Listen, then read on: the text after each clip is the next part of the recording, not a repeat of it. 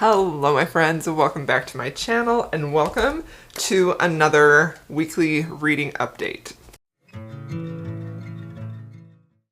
So last week was the first video I did like this, where just at the end of the week I'm picking Friday for these videos to go up because I just thought that was a good idea. And also that's how Angela does it from Literature Science Alliance. But it also just really works for me because I read a lot on the weekends. That's probably when I read the most.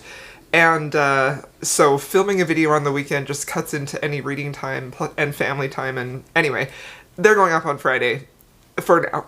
So this is basically just to let you know what I have read, what I'm in the middle of, what I'm currently reading, and what I want to read next. So let's talk about the books that I did finish this week, starting off with an absolutely fantastic book. I talked about it last week, and I finished Remember Me by Mary Bellog. So this is Mary's newest book. This is book 2 in her Ravenswood series. This comes out June 20th. So Tuesday, right? Yeah, it will come out next Tuesday.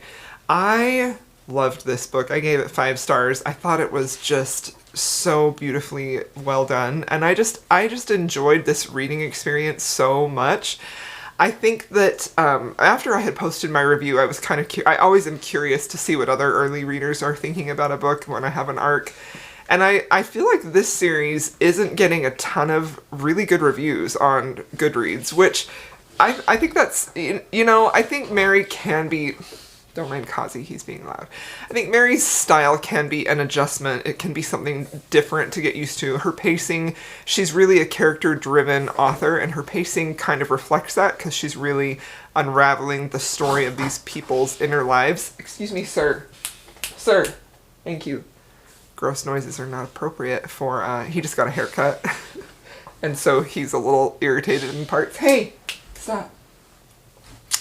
But Mary's style can be a little bit of an adjustment if you're not used to it. I feel like, and one of the main reasons I love her is because her style is very similar to a classic style, in that it requires you to really be patient and to soak in her words and to not necessarily expect to have big in-your-face reveals. Mary's the type of author who really trusts her readers, and I love that about her. So anyway, all of that to say that this series in general isn't getting a lot of rave reviews, which makes me so sad because I think it's so well done, and I really, really love the family dynamic of this whole series. But again, everybody has their own personal taste, even if they're wrong. No, I'm just kidding. I'm just kidding. But one critique that I did see about Remember Me, which I do think is pretty valid, is someone said this doesn't really feel like a romance, like they didn't really fall in love. And I don't agree with that, because I do feel like this is a romance. Their love story is the heart of the whole book.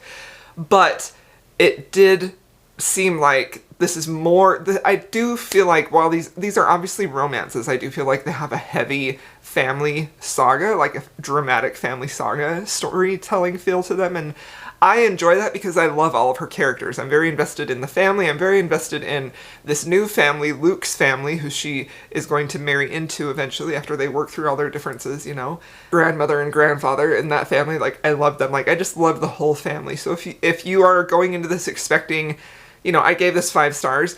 It's not the swooniest romance I've ever read, but it is a deeply satisfying romance, and I just loved it. I love her character work. I love everything she has to say. I love how realistic they feel to the Regency times. I just don't think that there is another author writing those types of stories with this caliber of writing. I think that nobody writes like her, And just this last week, she came out on an interview on the Fated Mates podcast, which several of you messaged me on Instagram and they're like, have you seen this? And I was so excited to see that. So I'm not quite finished with her interview. I'm listening to it right now, but it's just such a delight. I really, really love Mary Bellog, and I want more people to love her too. Anyway, I love this book. It's basically about the daughter of the Earl of Stratton's family, Pippa, and she's really, because of the controversy that happened with her family in the first book, she's been very hesitant and wary to go have her coming out season. But now she's finally feeling after a conversation with her brother, she's ready. She wants to find a husband. She wants to have a family. She wants to have a life, but she's also a little wary. And part of that wariness comes from an interaction where she overheard Luke, who is going to be the Duke of his family. She overheard something that he said, and it's something that really affected her. And he didn't know that she said it, and he has a lot of regret. Anyway, there are a lot of secrets in this book. There are a lot of secrets regarding their family. There's a lot of them coming to terms with the fact that I said something that hurt you, that changed your life for years. And Luke, the hero's point of view, I'm sorry that I did that. But at the same time, he's like, if I hadn't, I wouldn't have this chance to fall in love with her right now. So, meanwhile, Pippa is like, do I hold this one thing he said to me against him for his whole life? How do I forgive him? How do I move on? Like, it's just so good. I loved it. I had a great reading experience with this. It was very immersive for me. Even though it took me like a week, I think, to read it physically, I felt like I was always thinking about it. I wanted to continuously pick it up. It was just an immensely joyful, immersive reading experience, and I really, really loved it. Like, and when I say I think her writing style is similar to classics, like, it's much more readable than a classic as far as like her writing tone and the words that she uses, but it gives me that feeling where there are layers there that she's putting down, that it's not necessarily so obvious all the time, and I just really, really love that. So anyway, I loved that book. I gave it 5 stars. So then the next book that I picked up, or that I finished, let's see. Okay, the next book that I finished, I did finish the audiobook for this bad boy. This is Chain of Iron, the second book in her Last Hours trilogy, which is her newest Shadowhunter trilogy. I actually haven't heard if she's going to continue writing Shadowhunters. I mean, I really hope she does. I don't know, actually. I know she has an adult book coming out this fall. It's her first adult book. This is YA fantasy. And I'm not sure if that's Shadowhunters. I think it's something entirely different. Anyway, I love Shadowhunters so much. I'm obsessed with Cassandra Clare. I have been for what feels like a million years. And this trilogy is set in Victorian times. It is the children of the people in the Infernal Devices series. So I did have a few of you ask me where to start with Cassandra Clare, and honestly, that's such a hard question to answer, because I really feel like if you want to have the whole Cassandra Clare Shadowhunters experience, you need to start at the beginning, which is City of Bones. However, that book does read very young. It was her debut book. It reads like a teenage book. I still dearly love it. I haven't reread it in many, many years, so I don't know how I'd feel about it now.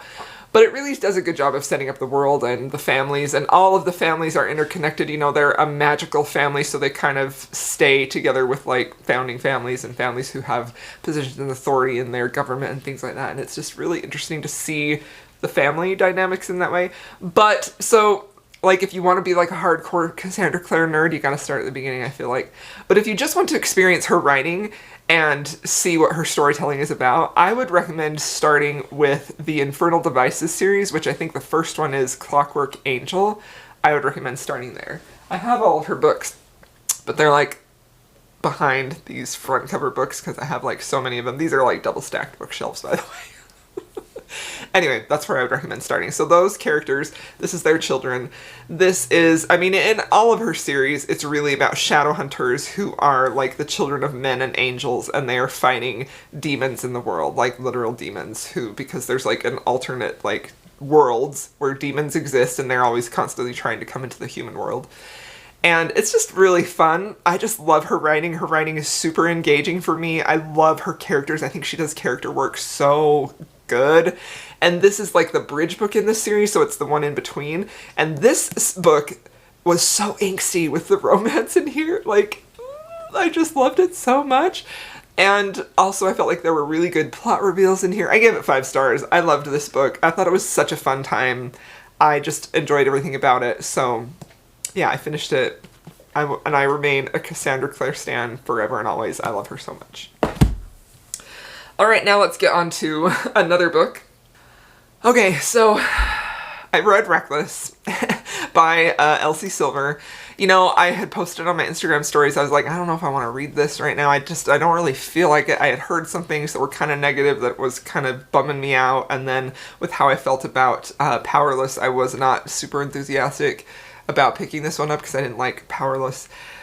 But I got thinking, and I'm like, I just want to see what it's like, I just want to see how I feel about it. And I also felt like if I don't pick this up now, there's a good chance I don't pick it up at all, like, period, the end. And so I picked it up, and I gave it 3.5 stars, and I kept it at a 3-star rating on Goodreads because I don't feel like it's the type of 3.5 that I would round up to 4 for me personally. I will say I liked this better than Powerless. I think that the romance was better, mostly, but there were parts of this book that I still just really didn't like. So this is a secret baby romance. It's part of her Chestnut Spring series, small town romance, and it's basically Winter. She's known as like the Ice Queen. She's just like a B word, like she's mean, cruel, heartless. She's given her younger sister Summer a really hard time for most of their life. Summer is the heroine from Flawless, the first book. But Winter, her marriage has just fallen apart. Her world has kind of been shattered, and she wants to make amends with her sister, so she goes to Chestnut Springs to try and live there. She's also a doctor, very successful in that way. And then she ends up meeting Theo, who is a bull rider, and he was sort of like the young guy in Flawless, was going to be, I can't remember his name, the hero in that name, Rhett, his apprentice and everything like that. So she has a night where she meets Theo, they have a one-night stand, and then she gets pregnant, and the romance happens from there. So I think that, first of all, I feel like, did she do a secret baby justice? Like, honestly, the circumstances surrounding why the baby was secret, that didn't even bother me. That wasn't the part that bothered me about this book, actually. I was just sort of like, it's a reach, but whatever. Like that, to me, even though that was like the hinge point of the plot, I felt like there were so many other glaring things that were really dragging this book down for me that one seemed very incidental to me, So I think that there was so much of this book that felt like it was pandering to the spicy book talk crowd that I just didn't like that. I don't like that at all. It's not the amount of steam on the page, it's the way that it's written. I feel like so much of this book was just crude and crass and like the dirty talk, and I just like did not like that at all. And like, I get it that that's like a very popular thing, that lots of people go crazy for that, like they really, really like that. But to me, it just sort of felt like it was thrown in there all the time to constantly shock us, or to constantly, like, titillate us, maybe. I don't know. It did the opposite for me. Like, I was just like, I do not like this at all. I didn't feel a thing from any of their interactions. And honestly, because I found it to be so distasteful, and obviously this is personal preference, right? I don't like that type of hero. I don't, even if he is sweet in real life, and I understand the complexities there, I don't think that this was very complex in that way, which is why I air quoted it, and I understand the complexities of that type of dynamic in a relationship. It's still not enjoyable for me to read. I don't enjoy reading it. I don't like that type of dynamic, and I just felt like it was very heavy-handed with how crude and crass and just disgusting a lot of that was. So I didn't like that. That was like a major thing that I didn't like. And obviously, again, I'm saying this is my personal preference. I don't like that. It didn't feel romantic. It didn't feel swoony. It felt disgusting, for my personal opinion. There were moments when he was being very romantic. Like, he's very much written in the way, like, very clearly a man written by a woman, right? It's wish fulfillment type of hero. This is the type of man who's gonna take care of your baby in the middle of the night, bring you coffee every morning, tell you you're beautiful when you're, not feeling it. All those things that we want in a partner, that women want in a partner, but amplified times 100, So he was a beautiful hero. I really like that. And that also wasn't anything that bothered me. Like, if I'm going to have a worshipful hero, like, please, yes, go pedal to the metal. To dial it up to 11, please, So I liked that a lot. That didn't bother me. But I just didn't like I just didn't like that. It was giving me the ick. I guess, to use a phrase that I don't particularly like, saying the moments when they were together like that, the way he spoke to her, that he was just constantly, non-stop, all the time he talked with her, every time he interacted with her, that was something that he said. It was giving me the ick big time, and I just didn't like it. Now, all of that to be said, personal preferences there. This author is doing something that she does repeatedly, which is getting on my nerves, and she is making her villainous characters stereotypes. Villainous, mustache twirly, cardboard cutouts, cliche, stereotypical, And I just really don't like that. I think that any time you see a character in her world, in her universe, specifically this Chestnut Spring series, sir, stop chewing on your feet. She makes that villain, that bad guy, bad woman, whatever, so obviously evil that it just makes me upset and laughable, because I'm just sort of like, you don't need to go that hard, right? Like, I don't know. I just don't like that. But I did feel like there were several scenes in this book that felt overblown. And it seemed to be like, instead of having any range of like subtlety or gray in her character's reactions, she would swing widely to where they would have this extreme reaction and then they would do this a very mellow reaction, and it was just like constantly like in these extremes instead of in the middle, which is where I personally, and I think really great writers really are exceptional, because they're not relying on those big, powerful experiences to carry the story. They're sort of leading you there, letting you find it yourself through their words, It's sort of like, I'm going to use this example in another book that I'm going to talk about, but it feels very similarly to, instead of using 5 words to describe something, they use 20, and it just seems like unnecessary, to me that shows a weakness in your craft. It shows you haven't learned how to effectively communicate this emotion or this response, and so you're putting your foot all the way on the gas because you want to make sure everybody understands it, and you're not quite sure how to get that response by dialing it back a little bit, which to me is the sign of somebody who is an amateur, which, there's nothing wrong with that, other than it makes for a weaker reading experience, and it makes it more difficult to suspend your disbelief, because you're suddenly sort of like, that seemed a bit much, that seemed a bit extreme, Anyway, so, final thoughts. I liked this book. I will say I really loved their romance. I don't even like saying that, because like their physical part of their relationship was such a huge part of their romance, and that really was like knocking points for me. But when they were together, there were so many moments when Theo was like being a dad with his baby girl that I really, really loved, and I thought he really was a great hero in almost every way. I loved how he stood up for her. I loved how he was protective of her. I loved how he was like possessive, how he rose up to this calling of being a dad and wanted to have her in his life. Like, I really liked that. But there were other aspects of this book that just really, like, on my scale, I talked about this on Instagram the other day, my perfect reading experience is right here, and we start the book, and we have things I love and things I hate, right? It just sort of started tipping, even though there were things that I loved, they weren't heavy enough for the things that I didn't like, and so, but it also wasn't, like, absolutely terrible, you know what I mean? So, 3.5 stars, definitely a better book for me than Powerless, but by no means was this perfect at all, and I definitely had my issues with it, so. Okay, so now the next book that I read was another disappointing book to me. We're just going to be talking about all the books that disappointed me. So the next book I read was The Look of Love by Mira Platt. I found this on Kindle Unlimited. This is a historical romance, and I added it to my Kindle Unlimited library, and then it's like, oh, the audiobook is for sale for $5. So I listened to the audiobook for this, and I was really excited about this. The cover is beautiful.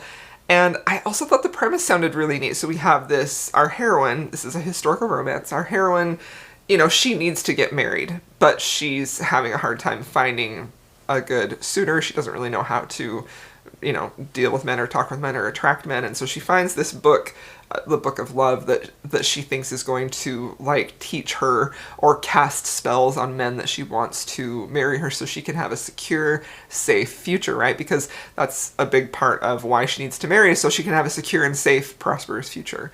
Not so much for love, although she's hoping to find love too. So anyway, she finds this Book of Love, which is supposed to have, like, spells in it, and she's going to put them to use to practice onto someone who has, like, raised her kind of, not really in the background. He's always, like, he's quite a bit older than her. His name is Beast. He calls her Goose, and he's scarred. And, like, this book wasn't terrible. I ended up giving it, originally I gave this book 2 stars, and I may still drop it down to 2. But, it, in general, I try to reserve 2-star ratings for books that, like, actively had a lot of problems, and they kind of, like, really made me mad while I was reading them. Like, the level of problems with this book is way more than the good things, so that's usually what I try to reserve a 2-star for. This book wasn't quite that bad. there were just a few things that I didn't love. And honestly, like, there was a part of this book where I was engaged with the story. I really wanted to see how this was going to work out. I wanted to see how their romance was going to work out. But once again, like, we have this much older man, right? And that's common in historical romances. I get that. But I don't like reading about a super experienced, much older man, especially considering that he didn't like help raise her, but he was there watching her grow up, much older than her. And then we have her walking into the stage and she's like seeing him with new eyes and trying to attract him, and he's like seeing her with new eyes too. And it just felt like she was so innocent and young and naive, and he was so much older and experienced, and that disparity between the two of them was just a little too icky for me. It was just a little too icky. This book also read in a way that seemed like the author was she was like reaching for a tone of like, not like grandiose, but like she was trying to use words to make this book feel like it was profound, I guess, in a way. Like she was doing that thing that I was saying earlier. She was using 20 words to describe what could have been done in 5, right? This book is very overwritten in that way, but not enough to make it difficult to read. Like, it's a very easy read. It's really easy to read. And it's not so much that she was using more words, so much that she was choosing like a big word to make it seem like her seem like really intelligent. She was using this word that just seemed out of place, and it didn't really vibe with the tone of the story, which really felt very much YA in how the dialogue was written and how simplistic at times some of the sentences were constructed, while at the same time she would throw in a big word to sort of make it feel like she was really writing this very profound thing. So I didn't like this, but I also didn't hate it. And I think the reason eventually I settled on a 3-star is because there were parts of this book that I did enjoy reading and I was captivated, but then like things would happen between the much older man and the younger woman, and I'm just like, I can't read this anymore. I just can't read it. That's just something that I particularly don't like. I've talked about that quite a lot. I really don't like to see a much older man and a much, much, much younger woman, especially when her innocence and youthfulness is like played up. The whole thing of like a barely legal young girl, I don't like that. I think it's gross. So 3 stars for that one. Okay, so those are all the books that I read. I finished up my audio, I finished up my ARC, I read a new Kindle Unlimited book, and then listened to another audio. So now let's talk about the books that I am currently reading. So I am still reading A Darker Shade of Magic. I just got notified that I got the ARC. I got approved for the ARC of her new book, which I'm dying about, so that made me more motivated to continue reading this, doing my reread of this, so I'm ready for that ARC because I cannot wait.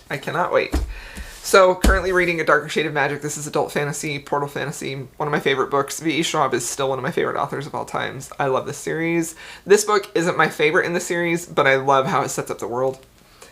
Okay, and then I am currently reading 3 books on my Kindle. I don't have a lot of time to read physically during the week unless I like wake up in the night and then the house is quiet, I have nothing to do, I read on my Kindle. So I have picked up Knockout by Sarah McLean. I'm only about 5% into this. This is about Imogen, who is sort of like, she's a little bit different and she loves explosions.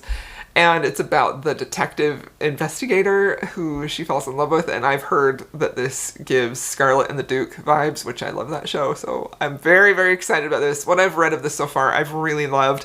I actually really love this series. Sarah McLean is a fantastic author. I love how she writes her romances. Her historicals do feel very modern, right? But I know they will feel modern. I know that, and I go into that expecting it, and therefore I'm on board with that. Like, I feel like there are only really 2 authors that write a very modern feeling historical that I really love, and one of them is Sarah McLean and another one is Joanna Shupe. I don't really care with either of them if they don't feel super historical to the times, because I love their writing and their romances so much that I'm like, you go ahead, tell me this story. Except for Mila Finelli. I don't want to hear about Mila Finelli.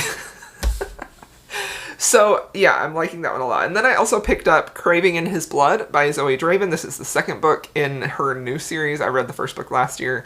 Loved it so freaking much. So I am excited about this book, but I think this, of the 3 books that I'm currently reading on my Kindle, this one is probably lowest on my priority list. So I think for sure I'm going to finish Knockout before I get to this one. But as is typical for me, I have all these books I want to read and not enough time to read them, and so I'm like, I just want to read a chapter of this, I just want to see what it's like. So this one is basically, like, it's sci-fi romance. The hero is like, I don't even remember what they're called, but they're sort of like gargoyle vampires, that's the image that I have.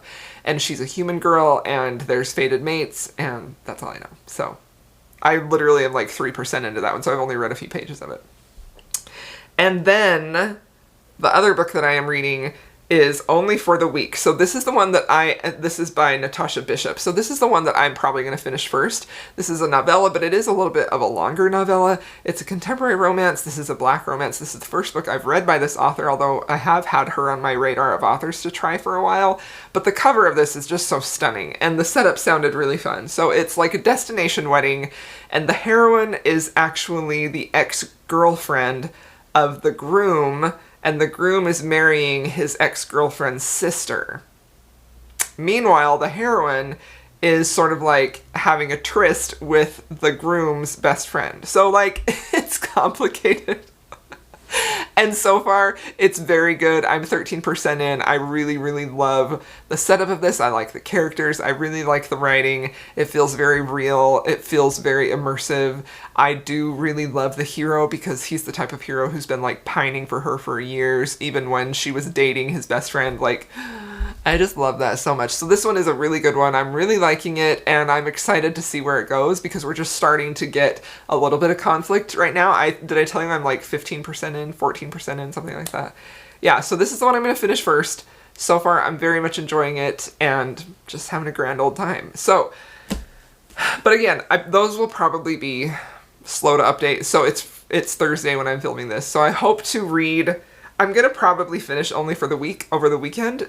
And then I hope to make a lot of progress on Knockout. Not sure if I'll finish that over the weekend. So then for audiobooks, this is the only audiobook that I have going right now. And because I just barely finished The Look of Love on audio. And I'm still feeling like I want to read a historical.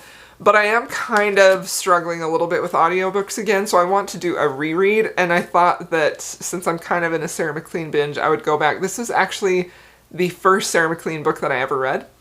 A Rogue by Any Other Name, and I've only read it once, and it's been like 3 years since I read it, so I want to read this again. This is the first book in the Scandal and Scoundrel series. I think that's what this is called. I think that's what this series is called. Anyway, there are 4 books in this series. I love this series. I still feel like, of all of her series, I think this one is her best, in my opinion. I love so many of these books. Like, this book actually is my least favorite in this series. The second one, No Good Earl Deserves a Lover, is one of my favorite books, as is the third and the fourth. So this series I think is great, and I remember this being my very least favorite, so I kind of want to reread it and see what I think about it now. Because I read this before I ever even had a YouTube channel.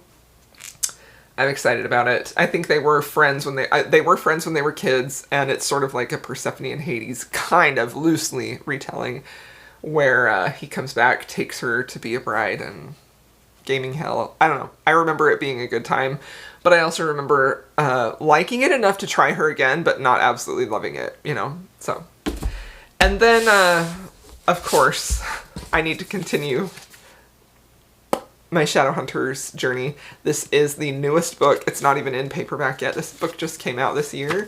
It's a big chunky one. The audiobook is almost 30 hours, but yeah. This one is Chain of Thorns. It's the conclusion, the last book in the Last Hours series. So I am scared. Like, the way book 2 ended, like, heartbreak is imminent. The way book 2 ended, it's like, you know, some characters are going to get their heart broken.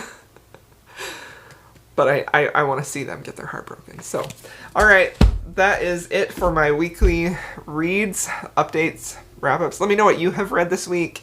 And, yeah, thank you so much for being here. If you have made it this far, please feel free to just leave me any color of heart that you want. And I'll see y'all in my next video.